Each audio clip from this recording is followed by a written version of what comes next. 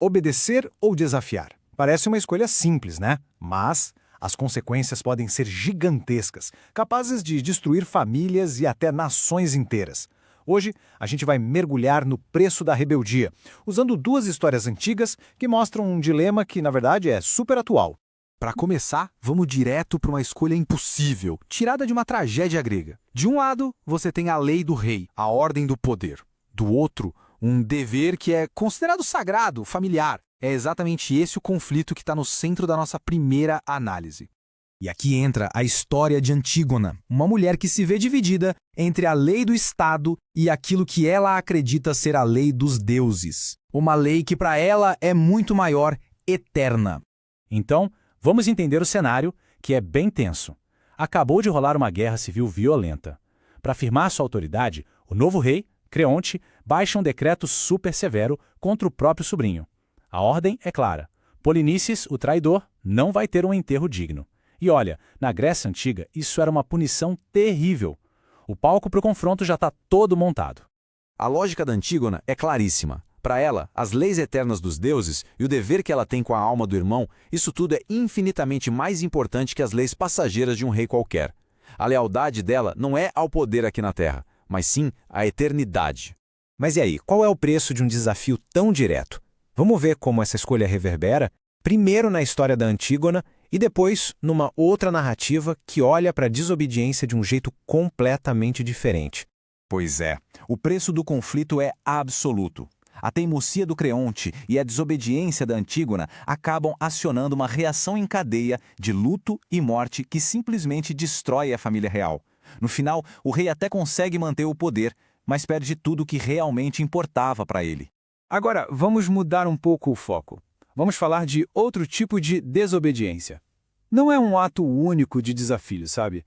Mas uma falha que vai acontecendo aos poucos, coletiva, de não seguir uma ordem por completo. Uma história sobre obedecer, só que pela metade.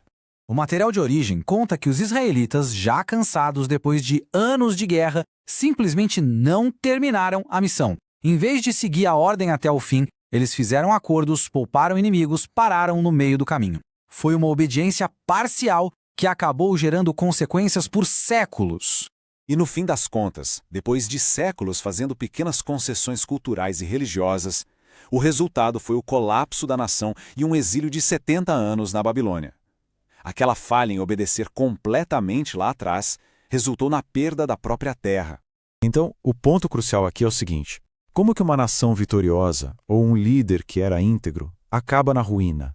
Quase nunca é de uma hora para outra. É um processo lento, gradual. Tem uma palavra-chave que os textos de origem usam para descrever a atitude dos israelitas: remisso. E essa palavra captura perfeitamente a psicologia por trás da falha. Não foi uma rebelião declarada, sabe? Foi uma negligência, uma coisa passiva. Um cansaço que acabou virando descuido. Esse slide mostra bem o passo a passo. Não começa com uma traição dramática. Começa com a simples preguiça. Com o tempo, as pequenas concessões vão se acumulando, virando uma bola de neve, até se tornarem uma mudança cultural completa, que leva ao abandono dos princípios originais. E isso não foi um caso isolado, não. A história do rei Saul, segundo as fontes, mostra um padrão idêntico. Pequenas desobediências, motivadas por medo, por impaciência, que foram se somando e levaram diretamente à queda dele. E tudo isso nos leva à questão central. O que de um lado parece desobediência, do outro pode ser visto como uma obediência profunda. A diferença toda está em qual autoridade é reconhecida como a final, a definitiva. Vamos voltar para Antígona. Na cabeça do rei Creonte, ela era uma traidora que quebrou a lei do Estado. Mas na perspectiva dela, ela só estava cumprindo uma lei divina, que era muito mais importante e a qual ela devia sua lealdade final.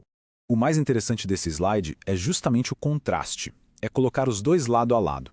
A desobediência de Antígona é vista como um ato de consciência, algo virtuoso. Já a de Saul é condenada como uma falha de fé, como alguém que tentou tomar autoridade para si.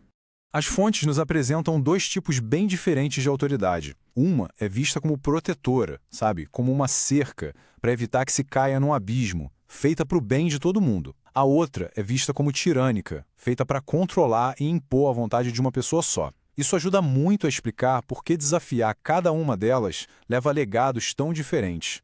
No final, a gente fica com dois modelos muito poderosos e que competem entre si para pensar sobre obediência e autoridade. E ambos vêm dessas narrativas antigas.